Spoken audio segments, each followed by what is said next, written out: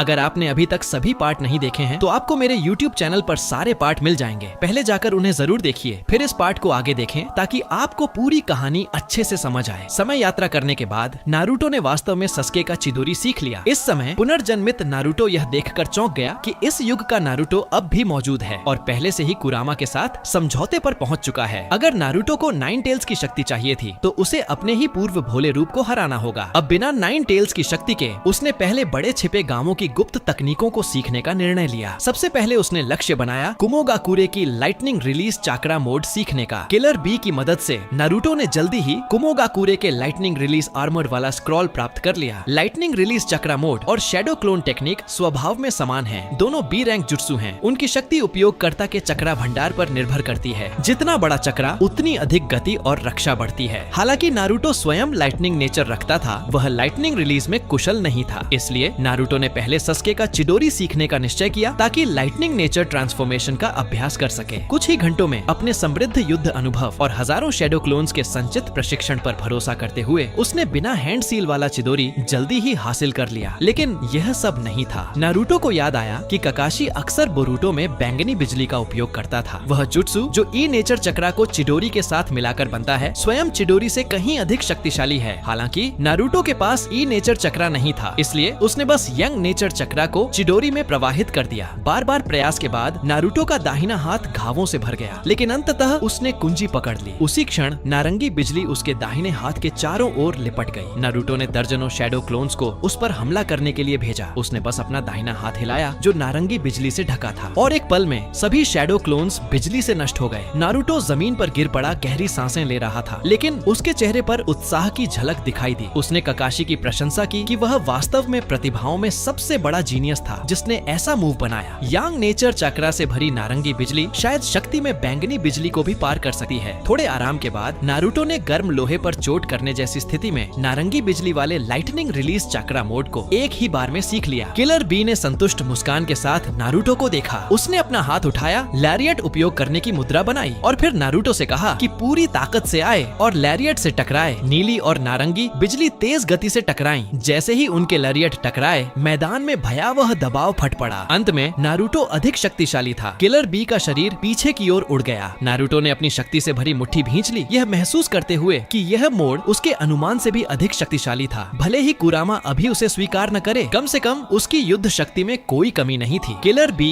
गहराई से स्तब्ध था। उसने उम्मीद नहीं की थी कि नारुतो इतना जल्दी एक उन्नत लाइटनिंग चक्रा मोड विकसित कर लेगा, सिर्फ 5 डेज में, और उसकी शक्ति पहले से ही रिकिच के बराबर हो गई थी। नारुतो ने आगे बढ़कर किलर बी को उठाया, लेकिन जैसे ही उसने लाइटनिंग चक्रा मोड निष्क्रिय किया उसका शरीर अनियंत्रित रूप से ढह गया। मांसपेशियों में फटने वाला दर्द नारुतो को पीड़ा से चिल्ला उठा। उसका शरीर अब भी इस मोड का साथ देने के लिए पर्याप्त मजबूत नहीं था। किलर बी ने सलाह दी कि उसे भविष्य में शारीरिक प्रशिक्षण पर अधिक ध्यान देना होगा। थोड़े आराम के बाद नारुतो ने किलर बी को अमागाकुरे वापस ले गया, इसे अपने निकट भविष्य के ठिकाने के रूप में प्रस्तुत किया। किलर बी ने चारों ओर देखा और कहा, लगता है यह मेरा नया प्रारंभिक बिंदु भी होगा। उसी समय अपरिचित चक्रा को महसूस करते हुए कोनैन और नगाटो प्रकट हुए। नारुतो ने जल्दी से नए सदस्य का परिचय कराया, 8 टेल्स किलर बी। संक्षिप्त अभिवादन के बाद नगाटो ने निंजा वर्ल्ड में हाल ही की घटनाओं के बारे में बताया। अमागाकुरे के जासूसों से प्राप्त जानकारी के अनुसार कबूतो योकुशी बिल्कुल पिछले टाइमलाइन की तरह अबीटो के साथ मिल गया था और पुनर्जीवित शिनोबी की सेना का नेतृत्व कर रहा था। सस्के भी अबीटो के साथ मिलकर कनोहा को नष्ट करने की तैयारी कर रहा था। यह सुनकर नारुतो अबीटो की चालाकी की प्रशंसा के बिना न रह सका। कनोहा और सस्के उसकी सबसे बड़ी कमजोरियां थीं। दोनों को टकराना निश्चित रूप से नारुतो को सामने आने के लिए मजबूर करेगा। ऐसा लगता था कि बड़े युद्धों की एक श्रृंखला शुरू होने वाली है। उसी समय सतर्क कोनन ने देखा कि नारुतो परेशान लग रहा था। उसने पूछा कि क्या कुछ उसे परेशान कर रहा है। नारुतो ने गहरी सांस ली और फिर फॉल्स ऑफ ट्रूथ पर हुई घटना को सुनाया। उसे एहसास हुआ कि उसका अतीत का स्वयं गायब नहीं हुआ था, बल्कि उसके अपने दिल के गहरे हिस्से में सील हो गया था। यह सोचकर नारुतो ने संदेह करना शुरू कर दिया कि उसका पुनर्जन्म सही था या गलत। कोनैन ने उसे ज्यादा सोचने से मना किया। चाहे उसका अतीत का स्वरूप हो या वर्तमान का, वह अब भी वही नारुतो था जो हमेशा आगे बढ़ता था। विकास हमेशा दर्द के साथ आता है। एक दिन अतीत का नारुतो वर्तमान के नारुतो को समझेगा। कोनैन की बात सुनकर नारुतो को कुछ राहत महसूस हुई। अब इस पर सोचने का समय नहीं था। उसे कनोहा को अबीटो के आने वाले आक्रमण के बारे में सूचित करना था। मूल टाइमलाइन के अनुसार 4th ग्रेट निंजा वॉर अब अपने अंत के करीब होना चाहिए था, लेकिन आज के निंजा वर्ल्ड में नारुतो की चुनौती चुनौतियां अब भी बस शुरू हुई थीं। नारुतो किलर बी के साथ विलेज लौटा। अंदर प्रवेश करते समय उन्होंने डिस्गाइज के लिए ट्रांसफॉर्मेशन jutsu का इस्तेमाल किया। नारुतो सबसे पहले इचिराकु रामेन का एक कटोरा खाना चाहता था, लेकिन खाने के बीच में ही उसने दूर इरिका सेंसे को बैठे देखा। इरिका नशे में था और दूसरे शिनोबी से बहस कर रहा था कि नारुतो गद्दार है या नहीं। अब जो लोग अब भी नारुतो और कनोहा का पक्ष लेते थे वे बहुत कम बचे थे, लेकिन इरिका हमेशा उनमें से एक था। जिस छात्र से उसे बड़ी उम्मीदें थीं, वही अब एक दोषी रोग निंजा बन गया था, इसलिए वह भी अंदर से बहुत दुखी होगा। नारुतो इरिका का उदास चेहरा ज्यादा देर तक नहीं देख सका। उसने जल्दी से किलर बी के साथ पैसे दिए और निकल गया। टूची की तेज नजर ने देखा कि जाते हुए शख्स की शक्ल नारुतो जैसी ही थी। इस समय कनोहा की गलियां अब भी रौनक से भरी थीं, लेकिन नारुतो चुपचाप अपनी सोचों में खोया हुआ था। अनजाने में वह अपने पुराने घर पहुंच गया, लेकिन अब वह खंडहर बन चुका था। टूटे हुए दीवारों पर नाइनटेल्स और ट्रेटर जैसे शब्द लिखे थे। यह शायद डैंजो का नारुतो से बदला था। नारुतो ने बेबसी से सिर हिलाया और वहां से चला गया। जब वह नारा क्लैन के कंपाउंड से गुजरा तो नारुतो ने शिकामारू को अपनी छत पर सुस्ताते देखा। नारुतो के कनोहा छोड़ने के बाद शिकामारू ही सबसे ज्यादा उदास रहा था। अपनी ऊंची इंटेलिजेंस के बावजूद वह अब भी नहीं समझ पा रहा था कि होकागे बनने की चाह रखने वाला नारुतो आखिर कनोहा से क्यों दगा करेगा।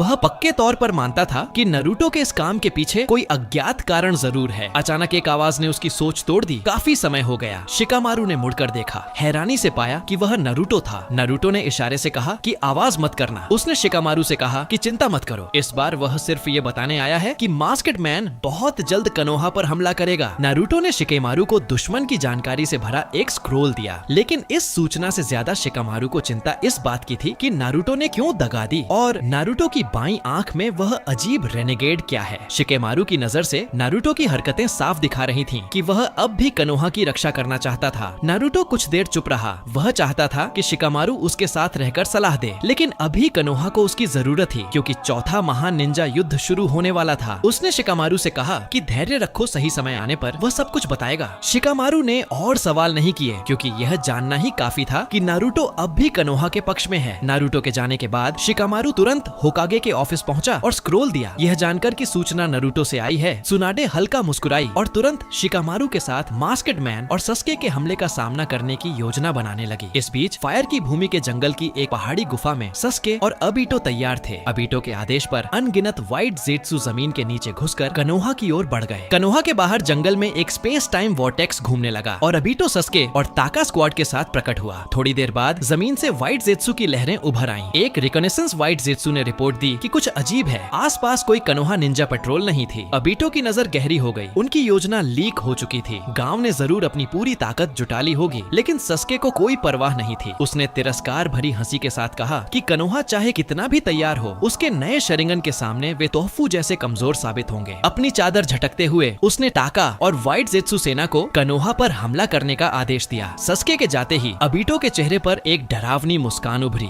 नफरत सचमुच किसी उचीहा को ताकतवर बनाने का सबसे तेज तरीका थी। वह सस्के को कनोहा पर हमला करने में इसलिए मदद कर रहा था ताकि सस्के को मजबूत किया जा सके। उचीहा पत्थर की पट्टिका के अनुसार सस्के और नारुतो असल में पिछले अवतारों मदारा और हशिरामा के पुनर्जन्म थे। क्योंकि मदारा ने रेनेगेड जगाया था, इसका मतलब था कि सस्के भी ऐसा कर सकता था। अब जब रेनेगेड नारुतो के पास था तो यह अभी भी अनिश्चित था कि उसे वापस पाया जा सकता है या नहीं। इसलिए सस्के को जागृत कराना अबीटो की बैकअप योजना थी आई ऑफ द मून प्लान के लिए। इस समय सस्के अकेला होकागे रॉक पर खड़ा था, चुपचाप गांव की ओर देख रहा था, अपने दिल की पुष्टि करने के लिए। कनोहा पहले से ज्यादा समृद्ध था, लेकिन उचीहा के लिए अब यहाँ कोई जगह नहीं थी। क्या यही वह नतीजा था जिसके लिए इटाची ने अपनी जान दी थी? अपने संकल्प की पुष्टि करने के बाद सस्के ने आदेश दिया और अनगिनत व्हाइट जेत्सु जमीन से निकलकर कनोहा पर हमला करने लगे। वह खुद सुसानु में लिपटा गांव के केंद्र में उतरा और सुसानु ब्लेड से सब कुछ तबाह करने लगा। सौभाग्य से नारुतो ने पहले ही चेतावनी भेज दी थी, इसलिए कनोहा ने अपने नागरिकों को पहले ही निकाल लिया था। कनोहा निंजा सस्के के आसपास इकट्ठा हो गए, लेकिन कोई भी सुसानु के सामने टिक न सका। लंबी दूरी के हमले में माहिर निंजा ने एक साथ हैंड सील्स बनाए और अनगिनत जुत्सु सस्के पर बरसाए, लेकिन नजारा नुकसान से कहीं बड़ा था। धुएं के हटने पर सस्के बिना खरोंच के खड़ा था। हालांकि कनोहा ने पूरी तैयारी कर ली थी, लेकिन कम से कम शूनिन स्तर की काबिलियत वाले व्हाइट जेत्सु की भीड़ के सामने वे पिछड़ रहे थे। इसी समय सकुरा ससुके की ओर भागी और उससे रुकने की भीख मांगी, भले ही इसकी कहीमत उसकी जान हो। ससुके ने एक पल हिचकिचाया, फिर एक भयानक मुस्कान के साथ अपनी बड़ी तलवार से सकुरा पर वार कर दिया। सौभाग्य से काकाशी समय पर पहुंचा और उसे बचा लिया। काकाशी का चेहरा गंभीर था। अब भी सस्के सचमुच उसे मारना चाहता था। उसने सस्के को अंधकार में डूब जाने के लिए डांटा। सस्के ने कुछ नहीं कहा। उसने हेवनली डेटी का धनुष निकाला और काकाशी पर तीर छोड़ा। काकाशी ने अपना शेरिंगन सक्रिय किया और कमुई का इस्तेमाल करने की तैयारी की, लेकिन उसी समय एक रसेंगन शुरिकेन ने सस्के के हमले को रोक दिया। सबकी नजरें पीछे की ऊंचाई की ओर उठ गईं। हिनाटा ने सबसे पहले नारुतो को देखा, जो हवा के बीच खड़ा था। कोनोहा को संकट में देखकर नारुतो अब और चुपचाप खड़ा नहीं रह सका और खुद लड़ने उतरा। दोस्तों, अगर आपको ये वीडियो पसंद आया हो तो नीचे हाइप बटन दबाना मत भूलो। अगर वीडियो को लाइक और शेयर करना बिल्कुल मत भूलिएगा। और हाँ, पार्ट 13 मिस न हो, इसके लिए चैनल को सब्सक्राइब जरूर कीजिए। आपका प्यार और सपोर्ट ही हमें और भी रोमांचक कहानियां लाने की ताकत देता है। यहीं पर इस वीडियो को खत्म करते हैं। मिलते हैं अगले पार्ट में।